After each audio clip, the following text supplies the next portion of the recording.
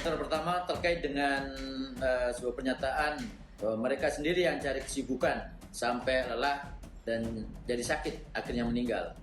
Orang sehat dites terus, dinyatakan positif dan dirawat di ruang isolasi. Jadi kalian sendiri yang capek. Ya, kalau dibilang rumah sakit mengada-ngada dengan corona, kita tahu bahwa ada sebuah proses verifikasi yang dilakukan. Ada sebuah kondisi yang kemudian saat ini terjadi di dalam penata laksanaan yang kita dapatkan di rumah sakit. Jadi tidak benar kalau kemudian rumah sakit yang mengada-ngada untuk kemudian membuat jadi corona. Karena kami pun atau rumah sakit pun dengan kondisi saat ini tentunya terbebani dengan adanya pasien corona, bukan sebuah hal yang menguntungkan.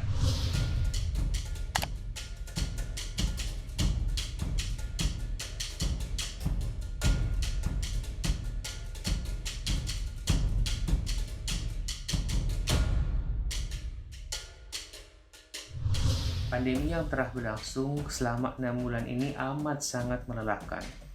Kalau bisa memilih, rasanya kami ingin di rumah saja. Karena setiap hari risikonya adalah nyawa. Baik, saya ingin ke Dr. Tri Maharani dulu. Dr. Tri, apa yang kerap kali Anda dapatkan atau Anda dengar, persepsi-persepsi yang muncul dari publik yang sebetulnya itu keliru luar biasa, Dok? Ya, saya paham bahwa masyarakat Indonesia, kalau saya boleh ngomong, maafkan ya untuk seluruh masyarakat Indonesia. Kita lebih banyak percaya mistis dan mitos daripada medis. Itulah yang membuat kita ini mempunyai kesalahan berjamaah puluhan tahun terhadap orang-orang medis. Dalam masa pandemi seperti sekarang ini, kalau kita mau melakukan hal-hal yang sifatnya mencari keuntungan agar kita mendapatkan uang lebih banyak, saya kira tidak ada orang yang mau mempertaruhkan nyawanya demi itu. Karena kita tidak pernah tahu kita ini terinfeksi atau tidak. Seperti pada kasus saya itu nolongin staf saya loh ya. Dan ketika saya mempertaruhkan nyawa saya untuk staf saya tadi dan saya menjadi sakit, nggak ada di pikiran saya pikir saya minta dia harus pembayaran berapa kali lipat gitu. Tidak ada di pikiran kami tenaga kesehatan itu seperti itu. Karena waktu kami dididik di sekolah kami dulu, kami semua dididik dengan memberikan ilmu tentang nyawa itu harganya tidak terbatas. Dan kami para dokter itu bertaruh nyawa untuk nyawa orang lain. Nah, jadi kalau ada persepsi-persepsi seperti itu, saya kira karena pemahaman yang dangkal akan profesi medis. Mereka mungkin lebih percaya kepada hal-hal yang bersifat mistis dan mitos yang sudah membelenggu bangsa ini puluhan tahun. Nah, jadi pada masa COVID ini ada persepsi-persepsi yang salah dan yang akhirnya berkembang membuat kami bekerja ini jadi bertambah berat.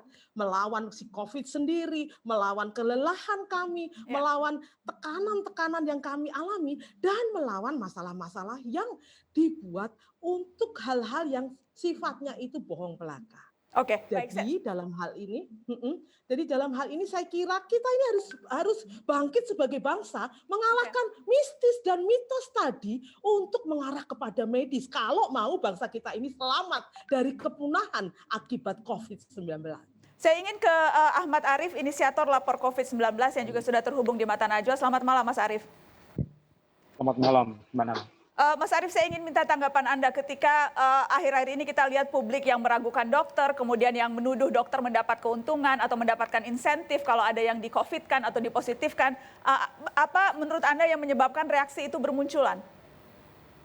Iya, saya pikir ini memang fenomena yang berat sekali bagi para nakes ya, bukan hanya dokter tapi perawat dan seterusnya. Kami di Lapor COVID pernah membuat survei mengenai penyintas COVID dan termasuk para nakes. Sebagian besar di antara mereka itu mengalami stigmatisasi, mulai dari pengusiran sampai bahkan dilarang naik angkot dan seterusnya. Tetapi pada situasi seperti ini, menurut saya otoritas harusnya hadir di depan para nakes menunjukkan bahwa nakes ini sudah berbuat sama kita. Nah, karena otoritas ini kurang hadir, disitulah makanya Lapor COVID menginisiasi salah satunya pusara digital sebenarnya untuk menunjukkan bahwa orang yang meninggal, nakes yang meninggal, mereka yang sudah berjuang di garda depan, kita tampilkan story-nya, riwayatnya, mereka perjalanan hidup mereka sampai perjalanan kena COVID-nya, dan itu adalah bagian dari upaya kita untuk memberikan edukasi yang baik kepada masyarakat. Ini loh, ada orang yang sudah berjuang kepada mereka untuk demi hidup kita saat ini, tetapi kita kurang menghargainya.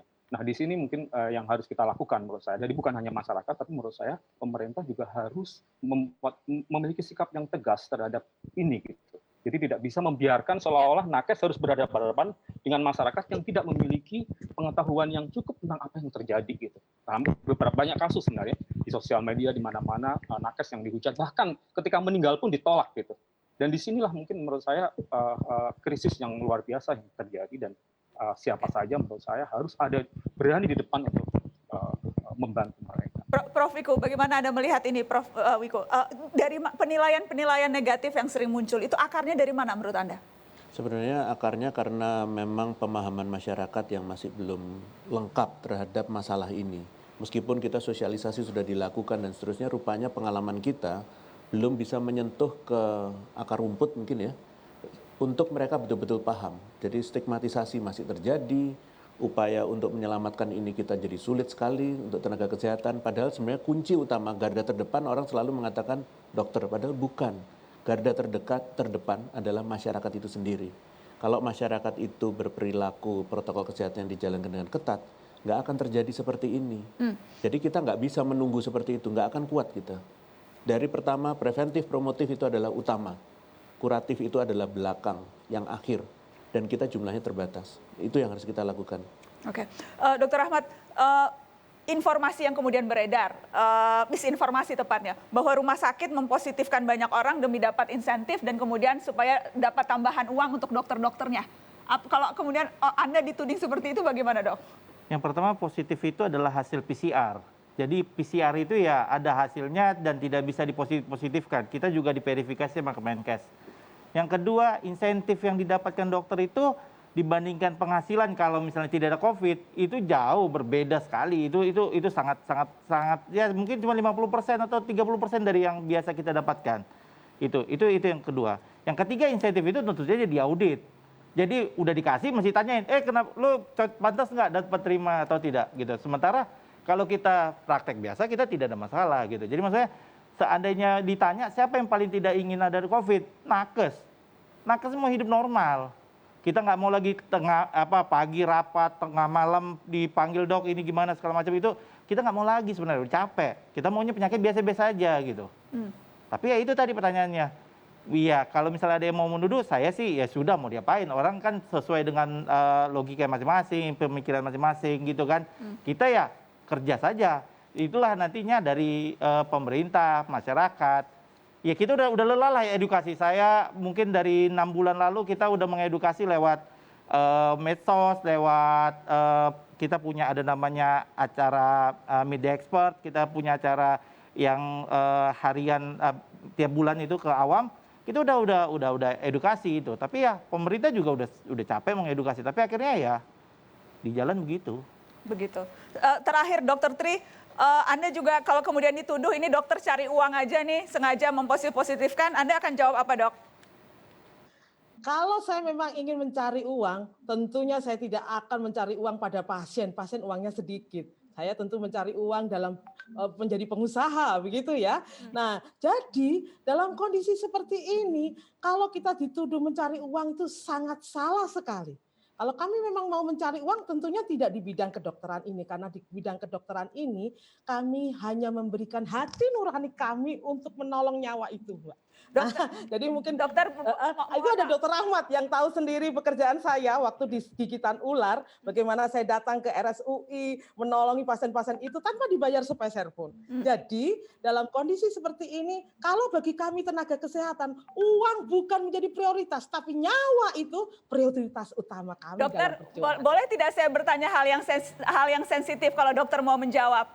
Boleh saya tahu? Boleh. Boleh saya tahu penghasilan Dokter Tri berapa, Dok? Oke, saya mau jawab. Ini karena semua orang tahu, saya ini golongan 4A. Penghasilan saya 3.900.000. Saya seorang spesialis, sekolah S3, dan saya seorang ahli toksinologi. 3.900.000 gak cukup loh Mbak sebetulnya. Tapi saya bisa memberikan antivenom gratis. Saya bisa menolong banyak orang lain. Saya bisa membuat gerakan survival dengan uang saya sendiri, ngirim care pack dan sebagainya. Karena masalahnya bukan di uang itu, tapi di hati kita ini. Bagaimana kita mau peduli pada orang lain. Kalau kita peduli dengan orang lain, maka sebenarnya masalah COVID ini akan selesai. Karena tidak ada egoisme di sana, tidak ada yang menginginkan kepentingan di sana, tapi semuanya pada satu fokus, yaitu nyawa manusia. Maafkan saya harus ngomong ini, karena itulah yang saya perjuangkan 6 bulan ini Mbak. Sampai nyawa saya sendiri pun menjadi taruhannya. Saya jadi penyintas COVID ya, saya kemarin sempat menderita COVID juga. Terima kasih banyak Dr. Tri Maharani atas penuturan Anda untuk kami. Selamat berjuang, semoga sehat terus Dok. Salam untuk teman-teman di Kediri. Semoga berguna, ya semoga berguna.